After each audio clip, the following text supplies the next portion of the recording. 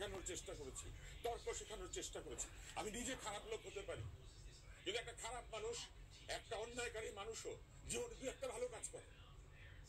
আমি হতে পারি আমি ভালো না, কিন্তু আমি ভালোর কথা বলেছি। আমরা যারা ভালোর কথা বলেছি সেটার জন্য যদি আমাদেরকে ট্যাগিং করা হয়, করেন ট্যাগ।